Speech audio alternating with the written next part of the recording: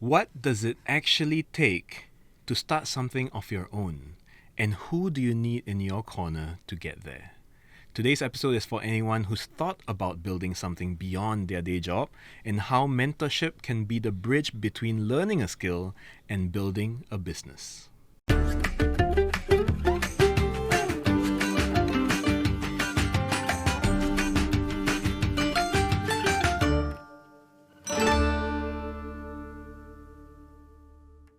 Welcome back to the Work It podcast. My name is Nat, and as always, I'm accompanied by my co-host Gerald, and here to help us unpack how mentorship can kickstart and shape the journey into entrepreneurship are woodworkers Ahmad Alhabshee and Yee Chien Ping. Welcome both to the Work It podcast. Welcome, Thank guys. you for having us. All right, so let's start with you, Ahmad. Right? How did you get into woodworking? I lean on YouTube a lot, books a lot, and go around the neighborhood, workshops area, the industrial area in Singapore, and go and find people that were doing and just ask questions. And until today, I'm still learning. Recently graduated from Nanyang Academy of Fine Art Congratulations. with diploma in furniture and spatial. So even with skills and knowledge, I didn't look down on what I can learn more. So it's very interesting because Ahmad started with YouTube, self-taught, right? Self-learning. And I feel like a lot of people also kind of go that route. But how did these mentors contribute to your learning and your growth more than... Just watching some content. Yeah. And the actual project is different. When you touch and feel is different. The gratification is different. Even to the extent if you build for yourself or your family members, is that the gratification to do for a paid job is different. Okay. You accomplish and people actually use it. You got new house. Can I make anything for you? I don't have a portfolio, right? So I use that opportunity. Can I make a corner shelf for you, right? And he was willing to pay me $160. It only covers my material cost. My labor was free and everything was free. So that was my first stepping stone. So it's a hands-on experience, being in the workshop, doing something alongside them. And you see your artwork really coming out, your handicraft coming to physical reality. You clearly have created opportunities for yourself, right? But and now over the years, learning woodworking, you went from YouTube to finding real life mentors, people who have been embedded in the scene and the industry, and then now you've made something for yourself.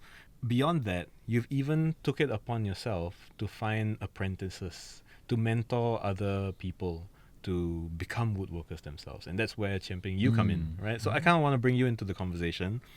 How did you first cross paths with Ahmad here? I still remember that was in year 2021. Okay. I was still in university, going towards my final year project. So I wanted some insights. As you know, design students, we usually have design block. We do not know where to proceed from there. So it's just nice. He was a floor above my father's unit. So I thought, okay, why not go over and have a conversation? Called him, met him, and I shared. So something that I still remember vividly when I told him, I said that, hello Ahmad, I also want to aspire myself to be a woodworker, a carpenter. So I showed him my Instagram handle. And immediately when he saw it, I still remember this, he told me that, do you know that you should never call yourself a craftsman? What? That was something you were calling yourself Correct. back then. Even though you have done some stuff, and Ahmad, you still cannot call yourself that way. No, I am not a craftsman. Okay. What's the difference? Okay, so what Ahmad explained to me meticulously was that craftsman is a title that is bestowed upon. You need decades of experience. And the craftsman is a title that was bestowed upon by a fellow craftsman. So it's like a master that acknowledged by a master himself. So back then, because being a naive student, I thought that since I could do a little bit of hands-on and a little bit of crafts, probably I can use that title. But how when he said that to you, how did you feel? Because I can just imagine that as a young person with all this ambition and desire, right? You thought the world's your oyster, maybe you can do something. But then here you cannot call yourself that. How was the feeling for you? For myself, it was like oops, okay, I guess I met a master over here. Oh, okay. So, I mean, eventually you guys started getting familiar. You start, learning from Ahmad. I was drilling him, bro. Yeah. I was drilling him every mentor will have that phase where you say you drill that person and so that he straighten up. I was young and naive, right? I go through that phase, and it's passing on. It's the same thing. The fundamental of experience doesn't change. Young and naive, you got to straighten up and see whether he got the potential or not. And look, he got 1,000 times better now. Wow. Right? Wow. He knows what he's doing. So these are the simple push, that I have gone through, and I'm sharing it with him. And now he's assisting in his alma mater, helping students design better. So whatever I've discussed with him, becomes contribution to society. Gerald, I'm struck by this in this conversation because I have my own mentor. Over the years as a journalist, I found myself a mentor who has, been my sort of North Star in terms of, when I think about a difficult situation that I'm in, I just think, what would she do?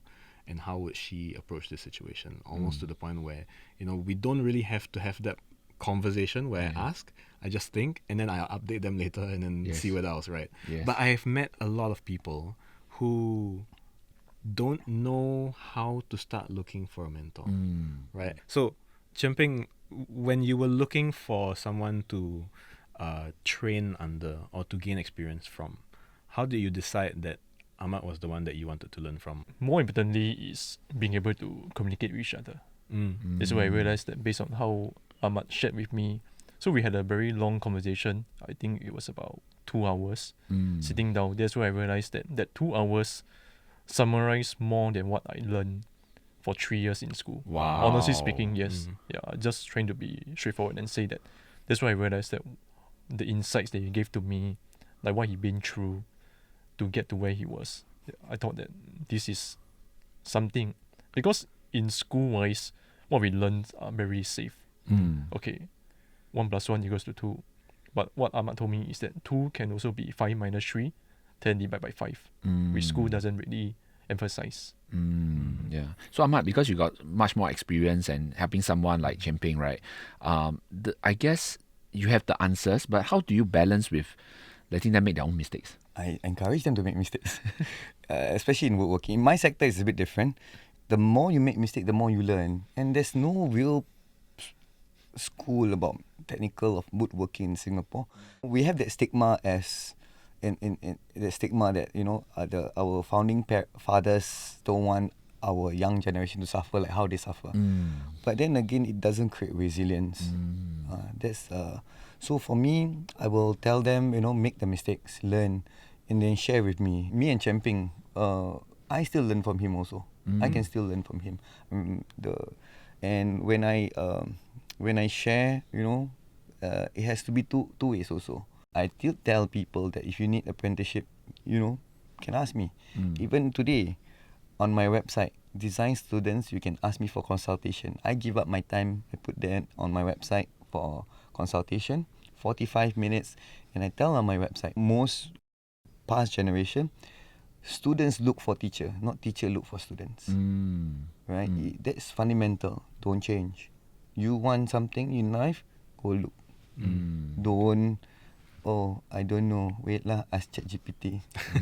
Right? Also, you cannot say, never mind lah, later can learn lah. Yeah. If you find a solution found a problem in your head, you're curious about it, go and find someone who knows the answer. So Chien Ping, what's one thing that that you have learned that Ahmad has taught you, right, that changed the way you think about your work or the business? So one thing that I would say is the positive outlook to see how whole business. Because honestly speaking, business is something that cannot be taught in school or even by other mentors.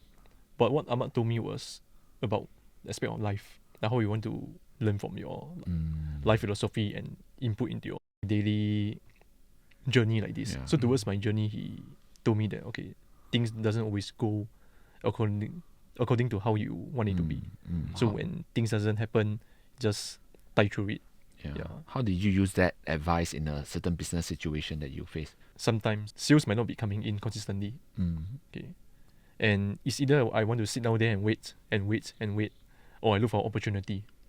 Okay. So one thing that I did was that I try to reach out to more people. Example, I reach out to Ngee Poly. I ask them and say that, okay, is there any opportunity that I can have to do things together? So Ngee Poly say, what if we can conduct workshops for the students and for the staff? So that opens another avenue. Wow, great. So already opening up your mind on how to look at business, and I think that's coming earlier from don't be afraid to fail lah. Right? You got to try everything that you can. Knock, knock, knocking on heaven's door. Don't take the lyric, right? But take into practice. Yeah. Right? Bang on people, ask for jobs. Doesn't matter. Don't be shy. Yeah. Right? There's a lot of ways to do things. Most of the time people ask for a mentor or a lead, someone to guide them, right? They are looking for answers. In Ahmad's case, right, is the mentoring, the way he helps is to really help them to fail and also reminding them to hustle, reminding them to also think out of the box. Because sometimes we think the mentor is supposed to do everything for them, or the mentor has all the answers. Yeah. But actually, a mentor is there to provoke. It sounds like to poke, to provoke, to test, and to encourage also. Because we don't want to just become another replica of our mentor, right? Yeah. We want to be the best version of ourselves. The key point, in my opinion, is if he'll be better than me, I'm fine. Right? We have done project together in real life project for renovation. Right? I can take instruction from him. I don't have that ego. I must have the ego to give my very best at my work. Right? But I don't have ego with people. If he's better than me, I'm fine with it. If I have to take instruction from him to complete a project, I listen to him. Yeah. Right? I would argue that if he becomes better than you, you have succeeded in mentoring him. Yeah, he will be a living proof. Yeah. What would you say is one thing that people should take away when they start looking for their own mentor? What should they look for in a mentor, or how should you approach that journey with your mentor? Be ready to face the truth, face the reality. Because maybe for my example, myself as a design student going to Ahmad to ask for woodworking, telling him that I want to go into this journey. In fact, he threw me a lot of things. That's where my heart must be strong enough to be able to accept the truth. Because a lot must be thick face a bit. thick face, yes, but also this part has to be very strong because of all the arrows that got shot. Why? Example, what I can say is that because since young wise, we always taught to not accept failure. Okay, what we are being taught is that we have to succeed. Like the first meeting is always like not knowing whether did I succeed in meeting or getting the answer from Ahmad. Yeah. So you have to push yourself to go second, third time to gain the trust of Ahmad or the mentor that you want to look towards. Because a lot of time mentors will be thinking like, why do you want to come over here? Like you yourself have something that you already have. Yes. Be it like you have your good family background, you have a good education, you have a good career. Why do you want to jump out and come over here? So how do you gain trust? Like you said, you need to gain your mentor's trust, right? What do you feel like is a good advice for people starting out to secure the commitment of their mentor? So 10 years ago, I was in Yee Poly studying accountancy. I made the decision to go to study design. I still remember that time after class, lessons would end about 4 to 5. I would travel all the way. I told them that I want to study design in uni. Can you help me with my portfolio? Same reaction, like, huh? Why do you want to do it? You're from business school. You should just continue with your business. It's the persistent that I go over there almost every day, telling them that, this is what I sketch, this is what I draw. Could you help me take a look? Over time, they realize that, okay, this individual over here, It's for real. It's not just a side thought. It's a commitment. that's where they know that, okay, I can probably trust him. During my uni years, they kept in contact. Like, what are the projects that you do here and there? And they also shaped them into giving me the opportunity to use their space. So really, it started from your own persistence, knowing what you want very, very clearly, and going towards the direction, so that when whoever comes, you look for as a mentor, they will be able to see that you're not just there to ask a frivolous question, not just there to waste your time, but really you're very serious about it, because that will help them to want to be part of your success. Sometimes I do meet mentors who want to be mentors only by name. and they're not willing to give For that the prestige lah. yes, for the Yeah. prestige, and they're not willing to give that time, to them. And I do feel like that's why mentor selection very important. We talked about how the mentee or the apprentice must be willing and persistent. I do think that for people who are wanting to be mentors, you really have to question yourself. Are you willing to speak the truth? Are you willing to give your time? Are you willing to invest in the success of somebody else? Because that person could be really, really hungry, and you don't want to be in the way. From Ahmad's perspective, when you see someone come to you, a driven person come to you, a promising young individual entering the industry, how do you decide how heavy of a role you play in that person's journey or their career?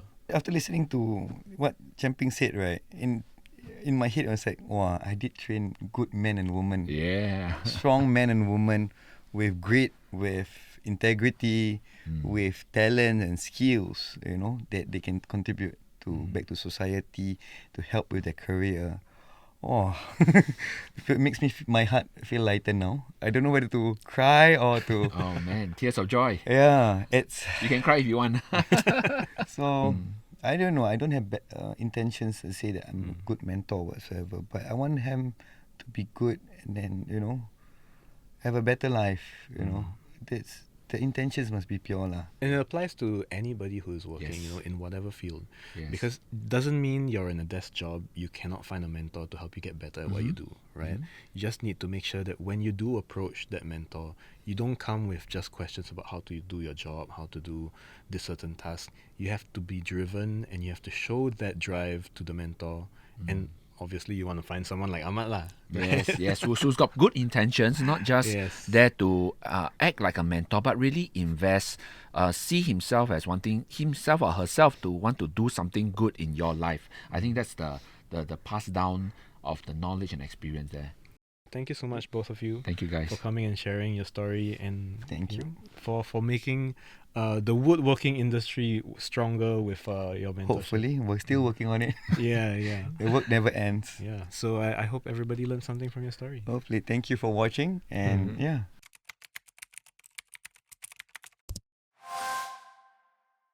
Hello and welcome back to the Ask Work It segment of the podcast. If you have a question that you're struggling with in the workplace, why not let us know and we'll try to solve it. Today's question, Gerald, comes in from a listener by the name of Jermaine. Now, Jermaine says that she is part of a team where all her colleagues are parents. During school holidays, it's kind of an unspoken rule that parents get priority when it comes to taking leave. So she's always been okay with that and usually plans her own holidays during off-peak periods. But this time, she wants to travel with a close friend who's a teacher, which means she can only go during school holidays. Yes. Right? So now Jermaine is wondering, how does she bring this up with her team without stepping on toes or seeming inconsiderate? Well, this is leave taking is always a little bit of challenge for many people. Touchy topic, yeah. Especially the whole team is all parents, right? Yeah, and she's the only non-parent. Correct. So there's also an assumption here that parents would want to take leave together at a certain point of time, maybe during the year end, because that coincides with the school holidays as well. Yeah, so that's when they can bring their family to go travel and stuff like that. Ned, for yourself, right, like in this style of situations, in your own experiences, how have you dealt with these things? Well, I'm not a parent, right? So I have had to cover colleagues who are parents when they decide to go on leave. And usually when it's during the school holidays, they go on leave for like a couple of weeks, which is not an insignificant amount of time, right? But I've never been in a situation like Jermaine where my entire team is full of parents who are all taking leave at the same time. So for yourself, you can have people going for leave, concurrent leave, and it's still not a problem, right? Yeah. Yeah. And sometimes also I've been in places where, the system is not so much that those who are left behind have to cover those who are on leave. But if you're going on leave, it's on you to make sure that no one is going to suffer while you're away. I see. So you before you go for your leave, you do as much work as you can. Yeah. Right, and then maybe you inform your stakeholders in advance that we are going to be slower in response. Yeah, and then if you have to do a proper handover, listing the things that need to be done, running them by your manager to make sure he or she approves of the coverage situation, and then making sure that you get the buy-in from your colleagues as well, from your teammates, right? You have to kind of preempt them in advance, be like, oh, I'm planning leave in a few months. Are you gonna be away? If not, I'm gonna maybe ask you to help me out with a couple of things. Yeah, I think the preempting in advance is quite important actually. Yeah, because at least it gets the team to really know that, okay, somebody's going on leave. If they have plans, more concrete ones, maybe they will apply for leave earlier than you. But at the very least, you do get the chance to sound out and not appear inconsiderate. But when it comes to back to Jermaine's situation, just talk about it in advance if possible. Put in the leave application. Let your supervisor decide. I don't know how her workload is like. Sometimes the responsibilities that we carry also determines how much overlap we need with our colleagues. Right. During holiday season, most people are away. And the work expectations also are lowered. So sometimes it's even possible that you can go concurrently. Yeah. Everyone goes on leave for a while. Yeah, but probably not for too long. Yeah, not for too long. Yeah, the boss must stay in. Yes, the boss must make sure. But so is that the problem here? Is the problem that Jermaine's boss, or maybe like two bosses up from Jermaine, is approving everyone's leave while leaving Jermaine to cover the rest because she is the one that doesn't have any obligations? Oh, I really hope not, man. If let's say your leave is just getting rejected just because of you don't have children, then I think that would seem really, really unfair, right? The reasons why we take leave are subjective. It means different things to different people. So if I'm Jermaine, right, and I want to be extra sure, I may really have to go and talk to my supervisor a bit to explain like how much this trip means to her, and then sound out the colleagues earlier and not feel bad about it. Right. Don't take an apologetic tone, are you saying? Like, be upfront. And I imagine Jermaine also hasn't had a lot of opportunities to take leave during this period. Is that something she should bring up when she has this conversation? Definitely, right? Okay. Her leave records would show that she typically has not been going for leave around this period of time. And if there's a legitimate reason, I think just bring it up and let the boss decide. Right. Yeah. Well, what if she's having this conversation early enough? Let's say it's a December thing, right? It's still, early in the year. Would now be a good time to have a conversation with her colleagues, not her manager, and say, look, I'm planning this trip. It means something to me. It means something for my friend. I've never really done this before. Or would you advise just stick to talking to the boss about it? Don't make it your colleague's problem. It can work either way. It really depends on Jermaine's comfort. If today she's got a really good relationship with her colleagues, she might want to share with them as well. But typically, I guess, leave is still seen as a more personal thing. Right. You put it through the system. If it gets approved, then yay, you get to go. And then when people will find out, like, how come you get to go during this period of time? Don't you have less obligations? I mean, then that's for your manager to answer, right? Right. But what if these colleagues then come to her and like, wow, you're so selfish. I have to bring my kids out this time of the year. This is the only time of the year I can bring them. Wow. Why you put your leave during this period? How does she confront that conversation? Wow, it would be hard to keep a straight face when it comes to that kind of conversations, honestly speaking, right? But I've seen how some workplaces, there are people who are really very nice. They will change their leave plans. They will tell the boss, okay, I will rescind my leave, and then I will stay back because this other colleague really, really needs to go on leave. And then we find another adjustment. Right. But it sounds like Jermaine is that person. If we were to base it on this letter, it seems like she's the one giving way all the time. Yeah. So what if now she's deciding to stand up for herself, and then suddenly come one colleague who just says, you cannot be selfish. You need to let the parents have the time with the kids. It's the December school holidays. You need to let us go with our family to Bangkok or like Japan or whatever. Then I guess Jermaine will have to decide whether she wants to be the nice colleague to cover and to put aside her own plans with her friend. What if she were to say, hey, I understand everyone's on leave right now, but I'm just putting it out there. Next June, my turn. She can say that. I've seen how that becomes applied later on only. Closer to the next year. When you're raising it up. Or when someone brings up the issue of why are you taking leave during this period of time, Usually people say, actually, the last couple of years, I have not because I've been covering all of you. So this time around, I have my reasons. Right. And I do need to take this leave. Bring it up as early as you can. Book the leave as early as you can. Apply for it as soon as possible. If you feel like you need to get buy-in from your colleagues, then yeah, by all means tell them.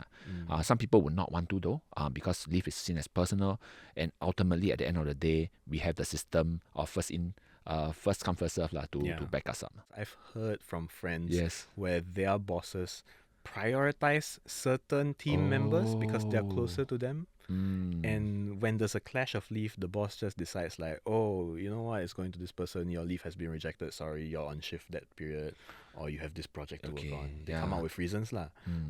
It's what happens then. I feel sad for that person then.